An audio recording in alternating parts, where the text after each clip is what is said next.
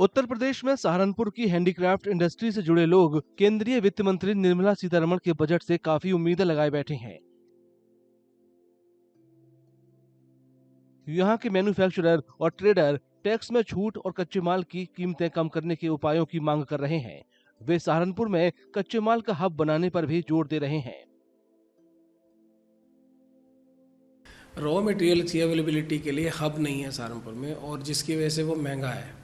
क्योंकि अगर वुड चाहिए तो राजस्थान से आ रही है ना। अगर हार्डवेयर चाहिए तो अलीगढ़ से आ रहा है। कोई हब पर्टिकुलर रॉ मटेरियल के लिए यहाँ नहीं है, जिससे वो महंगा हो रहा है। उसको सस्ता करने के लिए अगर गवर्नमेंट कुछ कर दे तो वो काफ़ी बेनिफिशियल रहेगा इस इंडस्ट्री के। बस मैं ये देखिए, आप रॉ मटेरियल जो है वो काफ़ी महंगा है। वो अगर कम हो जाए, वो बाकी जो टैक्स भी इस पर बहुत ज़्यादा लगा रखा है सरकार ने।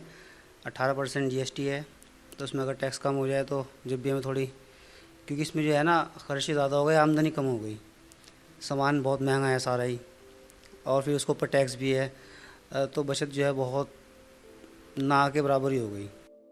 इंडस्ट्री का कहना है कि ज्यादा टैक्स की वजह से उनका मुनाफा कम हुआ है। उनकी मांग है कि हस्तशिल्प उद्योग के लिए जीएसटी कम की जानी चाहिए।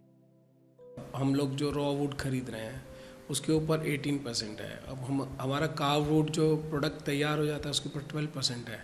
तो अकाउंटिंग मेंटेन करना बड़ा ही कॉम्प्लिकेशन है सब चीज़ में, जिससे कि व्यापारी और जीएसटी का जो सारा चक्कर है वो सब इसी कॉम्प्लिकेशन में फंसे रहते हैं। एक स्पेशल टीम इसी काम के लिए बैठी है हर के पास।